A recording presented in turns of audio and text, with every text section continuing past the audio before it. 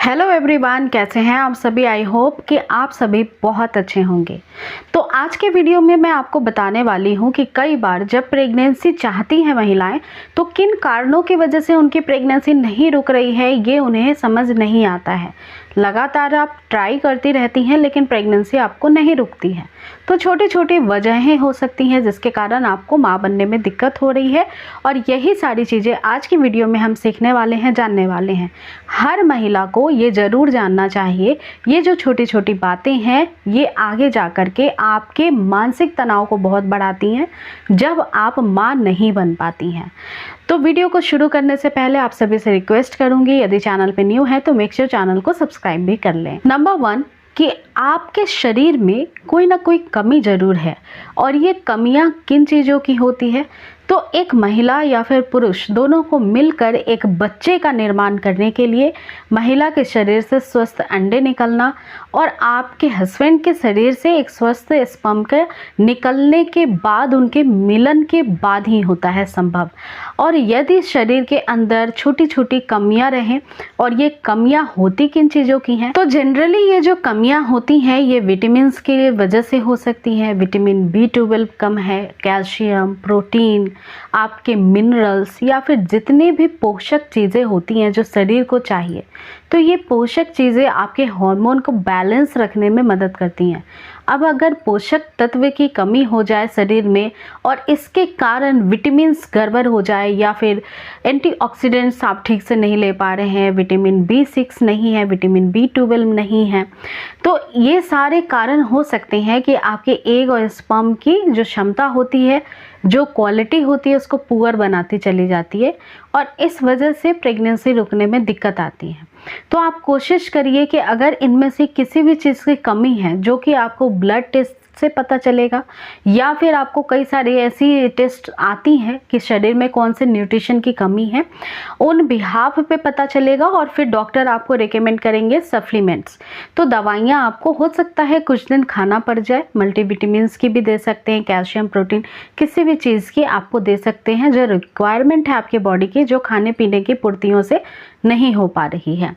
दूसरी बात का ध्यान रखना है कि कई बार जो पीरियड्स होता है उस पे महिलाओं का बिल्कुल भी ध्यान नहीं होता है। अब जनरली जो महिला काफ़ी समय से ट्राई कर रही है, बच्चा नहीं रुक रहा है, उन्हें तो पता है कि ओव्यूलेशन क्या होता है, पीरियड्स रेगुलर या इनरेगुलर क्या होता है। लेकिन जो महिलाएं अभी 2-3 महीने हुए हैं रिसेंटली और बेबी नहीं कंसीव हो रहा है, उनका स्ट्रेस लेवल बढ़ता जा रहा है, तो उन्हें मैं बताना चाहूँगी कि अगर आपकी पीरियड्स जो है वो नियमित नहीं आती है, या फिर हेल्दी पीरियड साइकिल नहीं है, अगर हम डॉक्टर्स की रिसर्चेस की माने तो 28 से लेकर 35 डेज़ का जो पीरियड होता है, मतलब 35 डेज में भी अगर आ गया, या फिर 28 डेज के आपके बाद पीरियड्स आते हैं, तो ये हेल्दी कैटेगरी ऑफ पीरियड्स होते हैं जिनमें कि ओव्यूलेशन का टाइम जो होता है वो काफ़ी ज़्यादा निर्धारित होता है, यानी कि वो तय समय पे आ जाता है।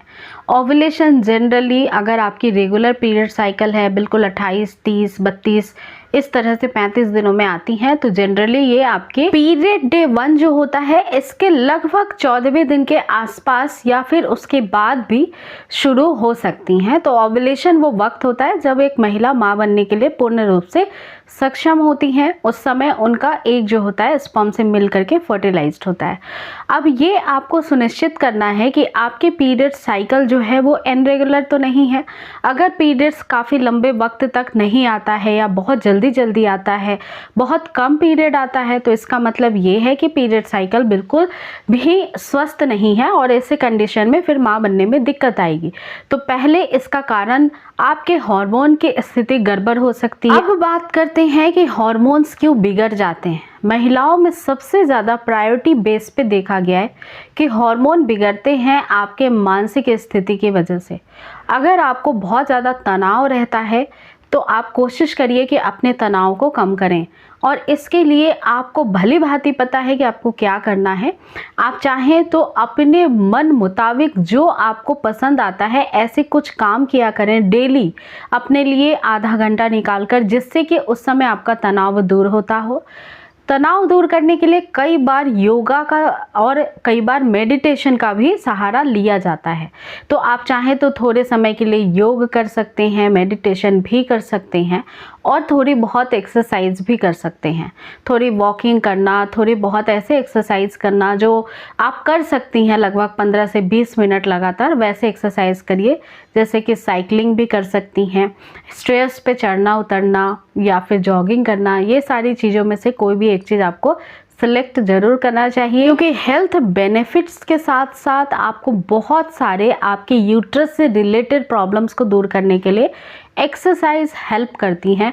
तो आप कोशिश करिए कि एक्सरसाइज के लिए वक्त निकालें, अपने लिए समय निकालें और अपने आप को मेंटली और फिजिकली भी फिट रखें, ताकि आपके शरीर में कोई भी छोटी सी भी विकृति हो रही हो तो वो तुरंत ही ख़त्म हो जाए और फिर गर्भधारण हो जाए।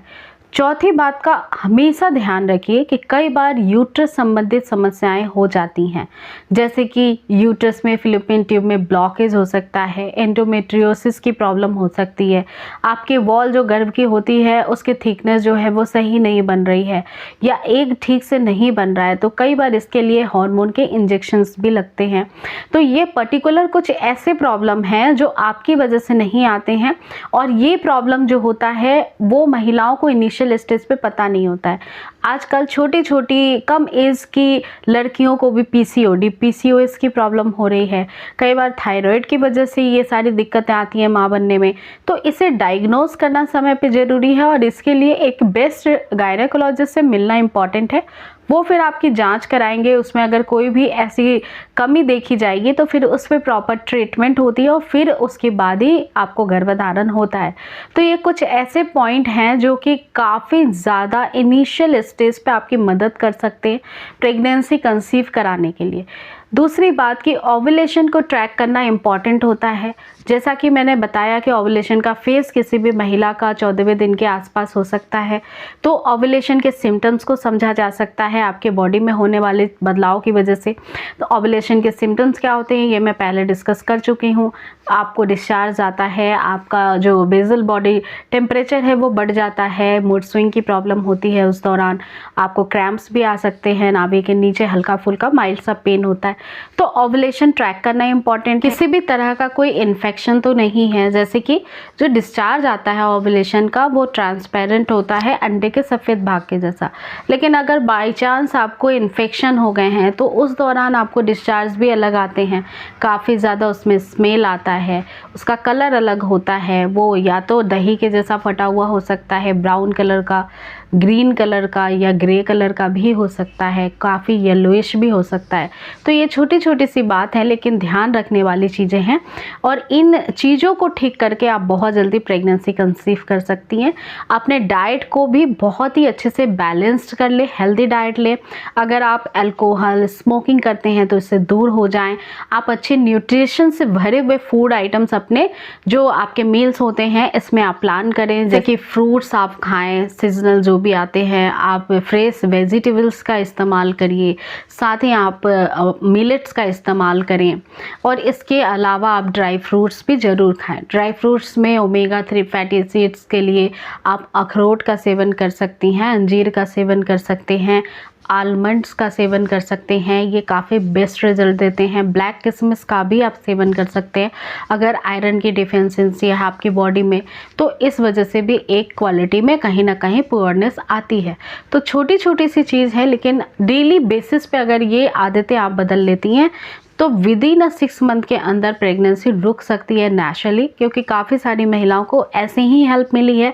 डॉक्टर से कंसल्ट करने के बाद भी डॉक्टर ने उनके डाइट में और उनके लाइफस्टाइल में थोड़ा मॉडिफिकेशन करके प्रेगनेंसी नेचुरली कंसीव करा दी है, without any medicine, without any advance treatment, without any extra supplement. तो ये काफ़ी इनिशियल चीज़ें हैं, इस पर ध्यान दें और जल्द से जल्द माँ बनने के लिए तैयार हो जाएं। उम्मीद करती हूँ दोस्तों आपको जल्द से जल्द मनचाही संतान मिले, आपको भी माँ बनने का सुख मिले। ये वीडियो मैं यहीं पे एंड करूँगी। वीडियो अगर अच्छी लगी है तो इसे ज़्यादा से ज़्यादा शेयर करें, लाइक करें और चैनल को सब्सक्राइब करना बिल्कुल भी मत भूलिएगा। मिलती हूँ फिर अगली वीडियो के साथ, तब तक आप खुश रहें, स्वस्थ रहें। Thank you.